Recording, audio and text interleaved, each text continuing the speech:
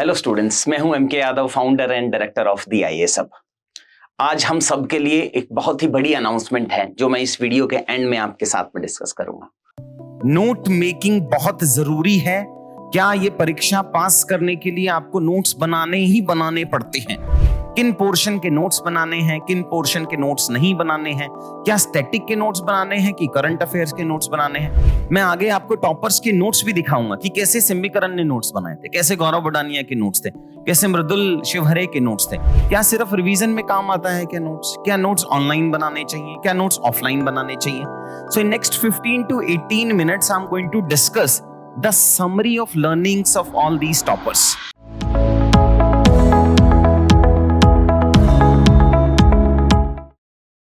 आज के सेशन में हम डिस्कस करेंगे कि कैसे आईएएस की प्रिपरेशन में, स्टेट पीसीएस की प्रिपरेशन में नोट्स कैसे बनाते हैं। सो जो आज हम डिस्कस करने वाले हैं उसमें मैं ना ही सिर्फ 1, 2, 3 जो मेरे बच्चे हैं, बाकी जो मेरा एक्सपीरियंस है, उन सब टॉपर्स ने नोट्स कैसे बनाए हैं।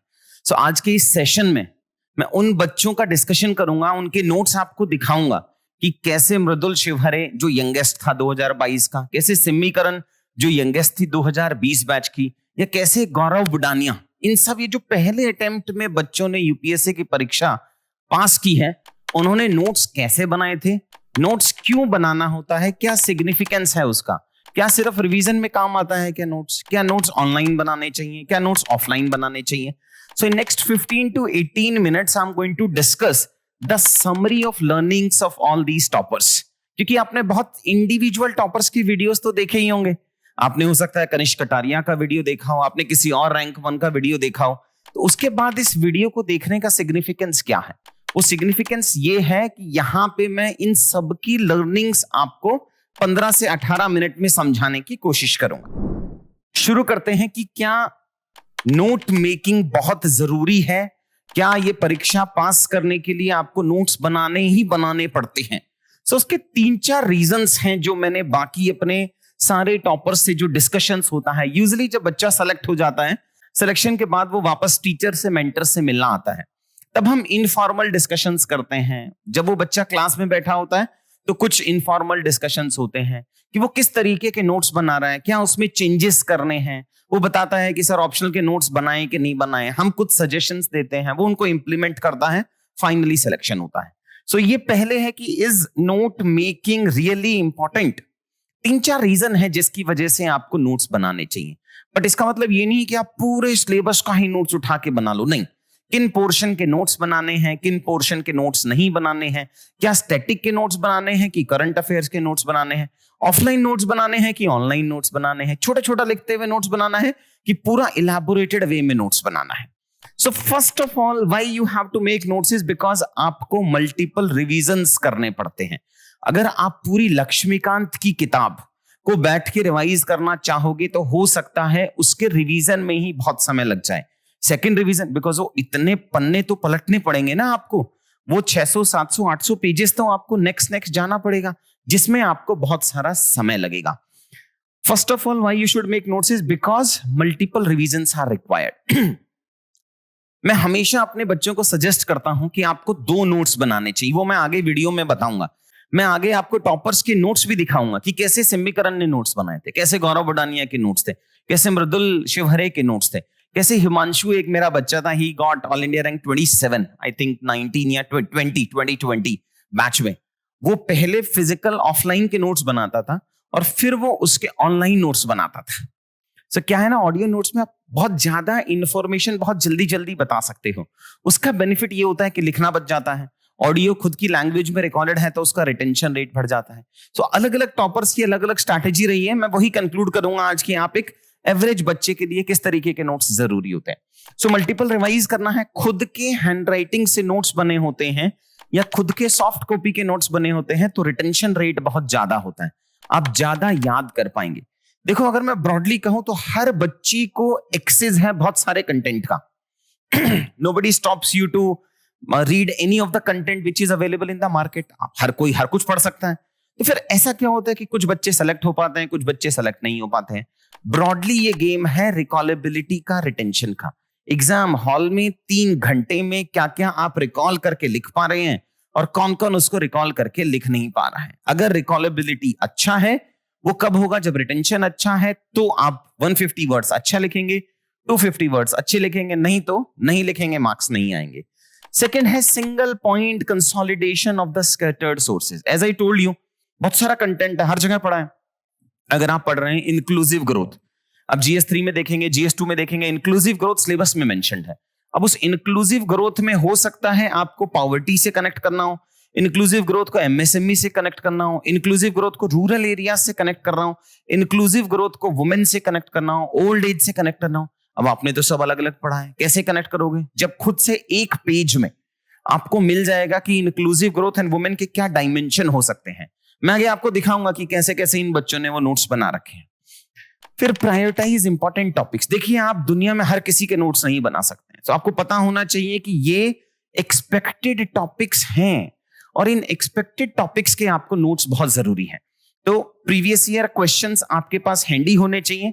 प्रीवियस ईयर क्वेश्चन से हम सिलेबस में थीम्स आइडेंटिफाई करेंगे। मैं आपको बताऊंगा एक दो एग्जांपल देके भी इंटरनल सिक्योरिटी एंड ऑल का, कि कौन कौन सी थीम्स आपको पता होनी चाहिए, किस तरीके के क्वेश्चन है। और अगर मुझे पता है इन क्वेश्चंस में रिपीटेटिव क्वेश्चन पूछ रहा है, जैसे रिप्रेजेंटेशन ऑफ पीपल एक्ट है, वो रिपीटेड है, SHG NGO एटसेट्रा वो रिपीटेड है, इंक्लूसिव ग्रोथ है वो रिपीटेड है, अर्बनाइजेशन है वो रिपीटेड है। सो इन सब टॉपिक्स का हमें नोट्स बनाना चाहिए। जो यूनिक क्वेश्चन कभी पूछ लेता है कि अरे नया टॉपिक आया गिग इकोनॉमी, सो आज से 3 साल पहले तो बच्चे को पता ही नहीं था गिग इकोनॉमी क्या है, सो वो स्किप हो जाता है। सो एक्सपेक्टेड टॉपिक्स के हमेशा हम नोट्स बनाएंगे। जो नॉट एक्सपेक्टेड टॉपिक्स हैं वो पैची वर्क के थ्रू पढ़ेंगे। नेक्स्ट आता है great booster for answer writing skill. देखो, नोट्स में आप रियल टाइम में कुछ नए एग्जांपल्स लिखते हो। न्यूज़पेपर में कुछ नया आया, लिख लिया आपने। न्यूज़पेपर में केस स्टडी आया, लिख लिया आपने। तो ये सब जो वैल्यू एडिशन करना है ना, वो खुद के नोट से ही होता है। बिकॉज आपने 2, 3, 4 हमारे QEP, INA, न्यूज़पेपर, बहुत सारी मंथली बुकलेट्स आती हैं। न्यूज़पेपर इन जनरल आप कौन सा पढ़ रहे हो सकता है हिंदू पढ़ रहे हो, इंडियन एक्सप्रेस पढ़ रहे हो, उन सबका इंफॉर्मेशन निकाल के तो कहीं रखोगे, वो अपने खुद के नोट्स में ही आप मेंटेन कर सकते हैं।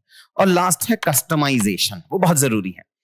देखो, हिंदू अपनी ऑडियंस को पढ़ाने के तरीके से पब्लिश होता है। अब जरूरी नहीं है कि हिंदू वाले उनको UPSC लिखना हो, बट आपको लिखना है। हो सकता है किसी बच्चे को स्टेट PCS लिखना हो सकता है आप UPSC भी दे रहे हैं लेकिन आपको BPSC भी देना है, आपको UP PCS भी देना है, आपको एनफोर्समेंट ऑफिसर का एग्जाम भी देना है। जो मंथली बुकलेट है, टीचिंग की जितने भी कंटेंट अवेलेबल है, लक्ष्मीकांत है, मॉडर्न हिस्ट्री है, उनको कोई एग्जाम नहीं लिखना। उन्होंने एक जेनरिक बुक बना दी है इन सब एग्जाम्स को कैटर करने के लिए। सो जिस हिसाब की आपकी रिक्वायरमेंट है आप उसको कस्टमाइज करो अपने नोट्स में उसी के अकॉर्डिंग। कि अगर आप कुछ फैक्चुअल टाइप का एग्जाम लिखना चाह रहे हो तो फैक्चुअल टाइप के नोट्स बनाओगे, अगर एनालिटिकल बनाना चाह रहे हो तो एनालिटिकल टाइप के बनाने हो। ये परीक्षा हिंदू को नहीं देनी है, न्यूज़पेपर और स्टैंडर्ड बुक्स को नहीं देनी है, इसीलिए आपको अपने कस्टमाइज्ड वे में नोट्स बनाने चाहिए। Before I will explain you what to do what not to do, first what not to do cover कर लेते हैं यार। कि नोट्स में ये तो हमें पक्का नहीं करना है। क्या क्या? 3-4 चीजें हैं बस मोटो मोटी। Don't start note making in the first reading. पहली रीडिंग, सेकेंड रीडिंग, पहली 2 रीडिंग जब भी आप पढ़ रहे हैं आप नोट्स कमी मत बनाना। अदरवाइज आप उसी बुक को हो सकता है लिखोगे तो उससे बड़ा करके, उससे मोटे नंबर ऑफ पेजेस में, उसमें ज्यादा पेजेस में आप नोट्स बना लोगे। सो फर्स्ट और सेकेंड रीडिंग में कभी मत बनाना। Don't make notes for all the topics और सब्जेक्ट्स। देखो, सारे टॉपिक्स और सारे सब्जेक्ट्स नहीं। आपने अगर ये पढ़ना है कि यार इंडिया के अंदर एग्रीकल्चर है और एग्रीकल्चर के चैलेंजेस क्या हैं, आपको अगर कोई अच्छा सोर्स मिल रहा है एग्रीकल्चर के चैलेंजेस का, आप वहीं से पढ़ लो, पेज फाड़ लो, प्रिंट निकाल लो उसको। लेकिन हाँ, एग्रीकल्चर से पॉवर्टी कैसे डिक्रीज होगी, ये कुछ सोचने वाला टॉपिक है। इसका हो सकता है आप खुद से नोट्स बनाओ कि एग्रीकल्चर ने लास्ट 70-75 ईयर्स में पॉवर्टी इरेडिकेशन में क्या रोल प्ले किया। अब इसके आपको नोट्स बनाने चाहिए। ये नहीं कि इंडियन एग्रीकल्चर से रिलेटेड आप नोट्स बना रहे हैं, नहीं, वो तो आप प्रिंट निकाल लो, कहीं भी मिल जाएगा आपको अच्छा कंटेंट उसके लिए। फिर नेक्स्ट है डोंट मेक बल्की नोट्स। फिर तो फायदा नहीं, अपन रिवाइज करेंगे ही नहीं। जो चीज आप एग्जाम से पहले रिवाइज नहीं कर सकते वो नोट्स में नहीं आते हैं।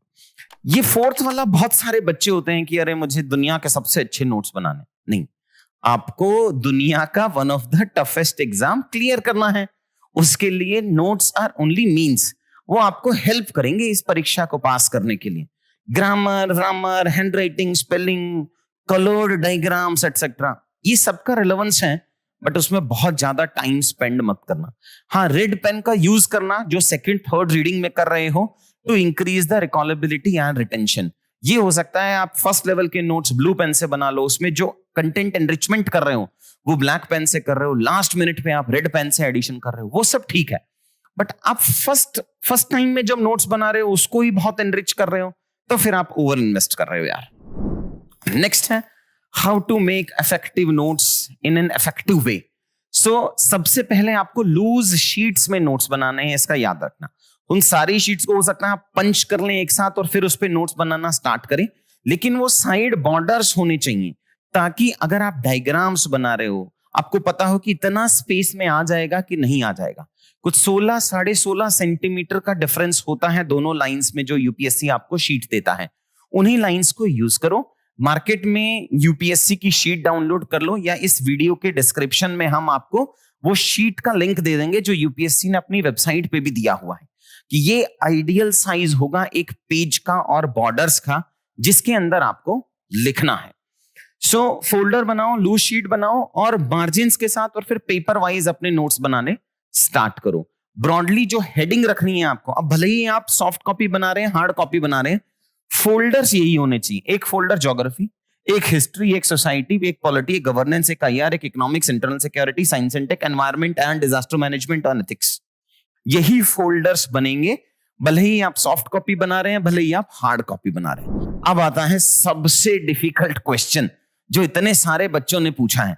अब ये सकता है एक टॉपर को ऑनलाइन पसंद हो तो उसने ऑनलाइन में वीडियो बना दिया, एक को सिर्फ ऑफलाइन पसंद हो उसने ऑफलाइन में वीडियो बना दिया। ये स्लाइड है वो क्यूमुलेटिव नॉलेज की, कि कुछ बच्चों ने ऑनलाइन में नोट्स बनाए थे, जैसे सिमी है उसको ऑनलाइन नोट्स पसंद थे, उसने ऑनलाइन बनाए थे ज्यादातर। कुछ मृदुल शिवहरे का मैं दिखाऊंगा, उसने ऑफलाइन बनाए थे, गौरव ने ऑफलाइन बनाए थे, कनिष्क कटारिया ने हो सकता है ऑनलाइन बनाए हो। तो ये बहुत सारे टॉपर्स की अपनी अपनी स्ट्रैटेजी है जिसपे उन्होंने एक वीडियो बनाया है। Fortunately as a teacher, as a mentor, we have knowledge of all the students कि किसके लिए ऑनलाइन काम करेगा, किसके लिए ऑफलाइन काम करेगा। देखो, ऑफलाइन नोट्स के अपने बेनिफिट हैं। क्या बेनिफिट है भाई? यार, it helps in your answer writing. आप सोचते हो, पेपर पे उतार रहे हो आप अपने नोट्स को, सो एक लेवल ऑफ फर्स्ट प्रैक्टिस हो गया आपका। ऑनलाइन में तो आपने टाइप किया है, वो फील नहीं आती है। अगर आपने आंसर राइटिंग कभी की है तो आपको पता होगा ऑनलाइन आंसर राइटिंग और ऑफलाइन आंसर राइटिंग में दिन रात का फर्क है। सो ऑफलाइन नोट्स में या हैंड रिटन नोट्स में it helps you in the answer writing, plus offline में डायग्राम बनाना इजी है, फ्लो चार्ट बनाना इजी है। आपको एग्जाम में इनोवेट करना पड़ता है, कभी मैप्स बना रहे हो आप, कभी डायग्राम्स बना रहे हो, फ्लो चार्ट बना रहे हो, वो सब आप ऑनलाइन में नहीं बना सकते हो। सो ये दो बेनिफिट मिलते हैं आपको जो हैंड रिटन नोट्स होते हैं। ऑनलाइन वाले नोट्स में क्या है, वो डायनेमिक। आपने कल लिखा था कि नॉर्थ ईस्ट के अंदर, फॉर एग्जाम्पल अभी मणिपुर के अंदर कुछ इशू चल रहा है, या हो सकता है अरुणाचल प्रदेश के अंदर कुछ इशू चल रहे हैं, या हो सकता है गुजरात में कुछ इशू चल रहा है, हरियाणा में कुछ इशू चल रहा है, दिल्ली में कोई इशू चल रहा है। आपने नोट्स में हैंड रिटन में बना दिया, हो सकता है परसों अच्छे से रिजॉल्व हो जाए वो, तो आपके नोट्स फेल हो गया ना। हो सकता है उसमें कुछ वैल्यू एडिशन हो जाए। आप आज G20 पे नोट्स बना रहे हो, कल परसों उससे नेक्स्ट डे कुछ वैल्यू ऐड इंक्रीज होता जा रहा है। तो जो डायनेमिक कंटेंट है उसके नोट्स ऑनलाइन बनाना ज्यादा अच्छा रहता है। फिर अवेलेबल ऑन द गो, आप फोन उठाओ, टैब उठाओ, कहीं भी लेके जाओ। इन वाले नोट्स को लेके नहीं जा सकते हैं। आप ट्रेवल कर रहे हैं, आप इसको यूज कर सकते हैं। आप किसी रिलेटिव के पास जा रहे हैं, यूज कर सकते हैं। आप 1-2 दिन के लिए बाहर जा रहे हैं, आप यूज कर सकते हैं। टीचर नहीं आया है क्लास में, आप ऑफलाइन के स्टूडेंट हैं, तो आधा घंटा पढ़ लो, 10 मिनट पढ़ लो, 5 मिनट पढ़ लो। सो ये ऑन द गो वाला जो पार्ट है उसके लिए ऑनलाइन नोट्स बहुत जरूरी है। तो फाइनल कंक्लूजन मेरे 5 साल का जो है, मैं यही बोलूंगा कि स्टैटिक टॉपिक्स के आप हैंड रिटन नोट्स बना लो। जो हमें पता है कि ये स्टैटिक टॉपिक है, इस पे तो आना ही है, उसके हैंड रिटन बनाएंगे। और जो करंट अफेयर्स वाले हैं उसके सॉफ्ट कॉपी बनाएंगे। मैं हमेशा सजेस्ट करता हूं कि आपको 2 लेवल के नोट्स बनाने पड़ेंगे। पहला जब आपका बेस कंप्लीट हो जाएगा तब, और दूसरा उसको समराइज करते हुए। जैसे मैं हिमांशु गुप्ता का बता रहा था, रैंक 27, पहले उन्होंने एक लेवल ऑफ नोट्स बनाया, उनका भी एक छोटा नोट्स बनाया, उन्होंने ऑडियो बनाया था, आप टेक्स्ट बना सकते हैं।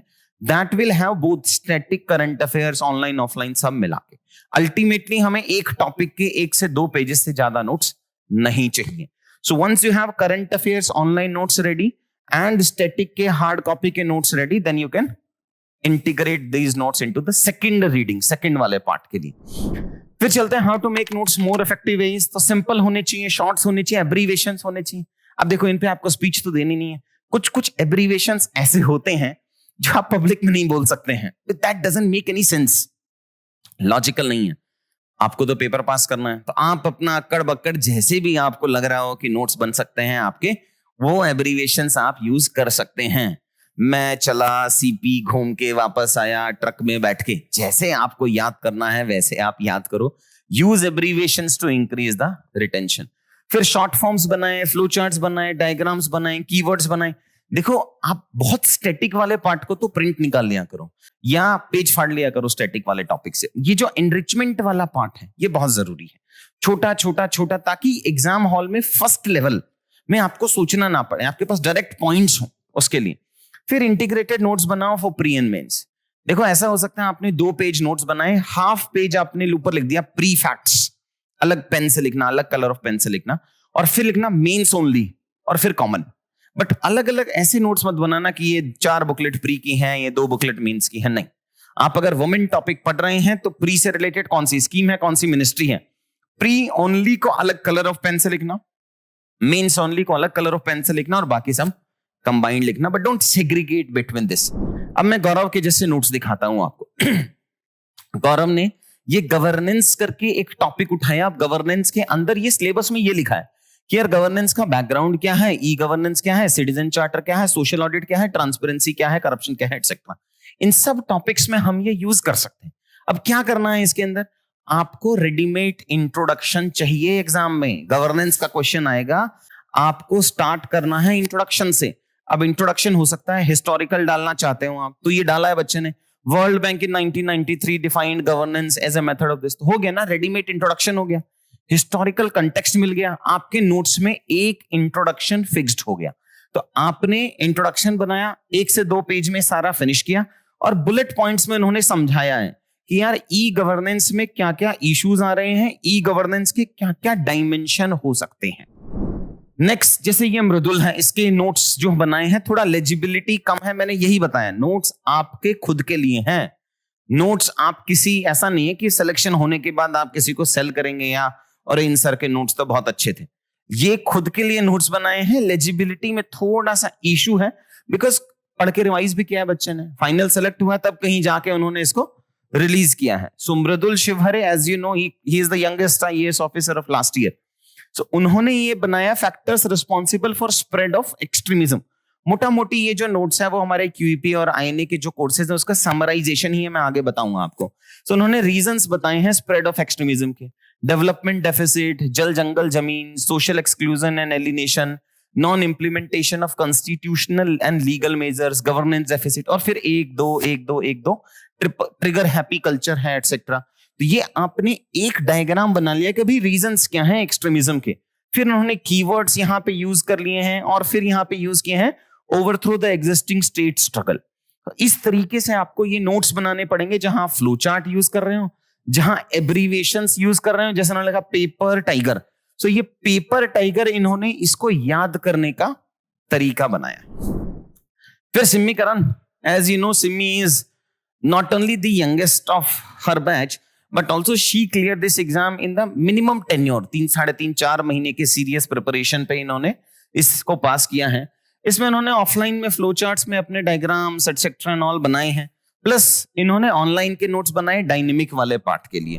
तो जैसे कि डायनेमिक के अंदर उन्होंने introduction and relevant article numbers पहले ही तैयार कर लिए थे कि ये टॉपिक आएगा, ये इंट्रो होना चाहिए, ये टॉपिक आएगा, ये इसका कंक्लूजन होना चाहिए। तो हमने पहले ही लिख दिया कि यार ग्राम सभा, आर्टिकल लिखा, ग्राम सभा के फंक्शंस क्या हैं, वीकनेसेस क्या हैं और सॉल्यूशन क्या है। 1 पेज में मेरा सारा सॉफ्ट कॉपी।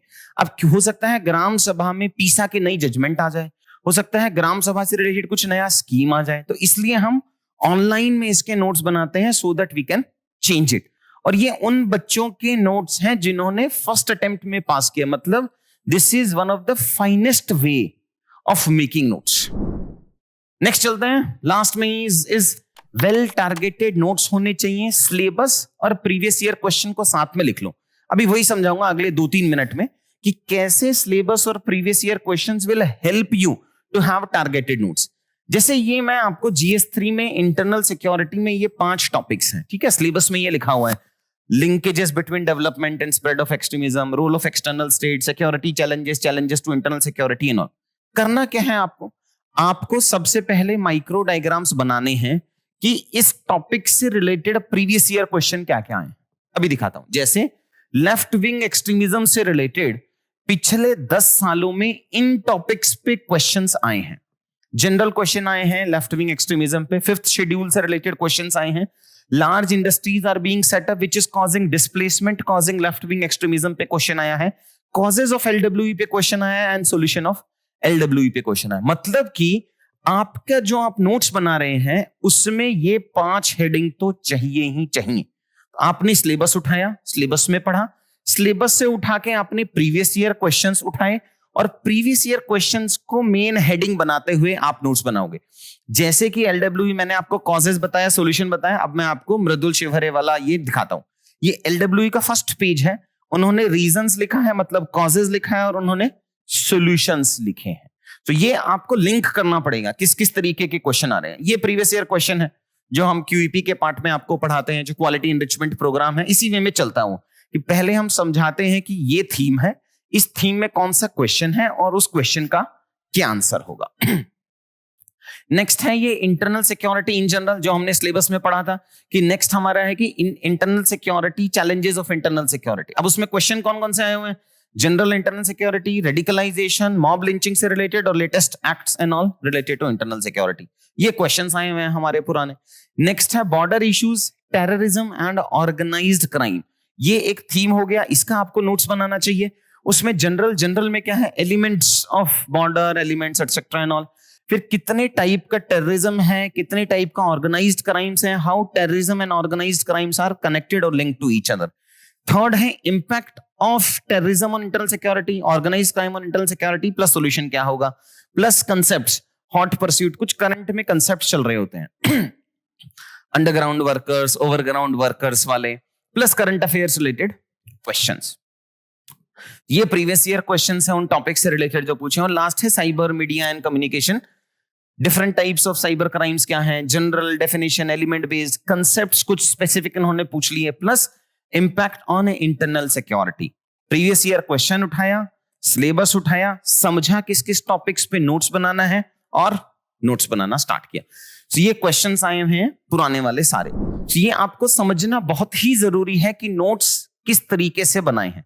आई होप पिछले 15, 18, 20 मिनट में मैं आपको समझा पाया हूं कि नोट्स कैसे कैसे आपको कवर करने हैं। फर्स्ट लेवल नोट्स बनने के बाद फिर सेकंड स्टेज में एनरिचमेंट आता है। Enrichment is a regular process. जब जब आप न्यूज़पेपर पढ़ेंगे, न्यू क्लासेस करेंगे, न्यू फैक्ट्स पढ़ेंगे, नए टॉपर आएंगे, ऐड करते चले जाना। New keywords, new case studies, new diagrams, commission, committees, PM की speech, president speech, article speech, ये सारी चीजें आपको इसमें डाल देनी है। सो अगर कहीं से रेडीमेड आपको मिल जाता है ये सारी चीजें, तो उनको उठाना और सीधा सीधा अपने नोट्स में इनकॉर्पोरेट कर लेना। अब ये मृदुल वाला कीवर्ड्स कैसे यूज करता है, कैसे नंबर बढ़ाता है कीवर्ड्स आपके उसमें। सो अगर आप देखेंगे तो उन्होंने एट प्रेजेंट ये कीवर्ड बेस्ड ही बना रखे हैं। मतलब जो हमारा एक मेरा एक पर्टिकुलर से एक कोर्स है क्वालिटी एनरिचमेंट प्रोग्राम, उसमें हम बताते हैं। जैसे होप करके उसने एक एक्रोनिम बना दिया, needed governance model, people centric, people driven, planet friendly development वाला पार्ट है। Strong, safe, prosperous, all inclusive India एक कीवर्ड बना दिया। एफडीआई को फर्स्ट डेवलप इंडिया एक कीवर्ड बना दिया। EPI, energy pension is important, उसको उन्होंने कीवर्ड बना दिया। Every person is important, sorry, 5 T's को बना दिया। शांति, एकता, संवादना की। सो कीवर्ड्स को आपको अपने आंसर्स में इनकॉर्पोरेट करना ही करना है। सिमीकरण ने जैसे बेस्ट प्रैक्टिसेस या केस स्टडीज अगेन इस वे में लिखा कि एजुकेशन में ये करना चाहिए, ट्राइबल लैंग्वेज में ये करना चाहिए, ट्रेनिंग में ये करना चाहिए। जो मैं कंक्लूजन बता रहा था आपको कि कंक्लूजन, रेडीमेड कंक्लूजन बना लिए थे हमने बैठ के। सो जैसे ये है एक्रोनिम कंक्लूजन, एजुकेशन में fame model of education for next generation, education में प्लेस्ड होना चाहिए, way forward for India needs universal education. तो हमने 3 एक्रोनिम बेस्ड कंक्लूजन रेडी कर रखे हैं। Depending upon any question on education we are going to use it. ये हुआ ब्रॉडली हमारा सेशन आज, जिसपे मैंने आपको फोकस किया कि किस तरीके से नोट्स बनाने हैं, ऑनलाइन होने चाहिए, ऑफलाइन होने चाहिए, किस बच्चे ने कैसे कैसे नोट्स बनाए थे, आपके लिए कौन सा नोट सबसे अच्छे तरीके से आपको यूज करना है। सो डिस्क्रिप्शन में हमने आपको यूपीएससी का एक पीडीएफ अटैच किया है, जिसमें आप उसको प्रिंट ले लीजिएगा और देखिएगा कि किस तरीके के ब्लैंक पेजेस में आपको नोट्स बनाना है। सेशन तो देख लिया है, अब मेजर हार्डवर्क शुरू होता है जहां हमें मिलके नोट्स बनाने। थैंक्स बच्चा लोग। देखो, मेरा मानना यह है कि देश का हर जो युवा है उसमें बहुत बड़ी काबिलियत है, वो अपने सपने पूरे कर सकता है, लेकिन उन सपनों को पूरा करने के पीछे कुछ परिस्थितियां अच्छी नहीं होती हैं। कभी फाइनेंशियल कंस्ट्रेंट आ जाता है, कभी नॉलेज कंस्ट्रेंट आ जाता है, कभी डायरेक्शन की प्रॉब्लम आ जाती है। लेकिन 1000 से ज्यादा बच्चों को पिछले 5 साल में यूपीएससी की परीक्षा पास कराने में मैंने मदद की है, और आप सबका बड़े भाई होने के नाते मेरी ये रिस्पॉन्सिबिलिटी बनती है कि मैं आपकी कुछ हेल्प कर सकूं।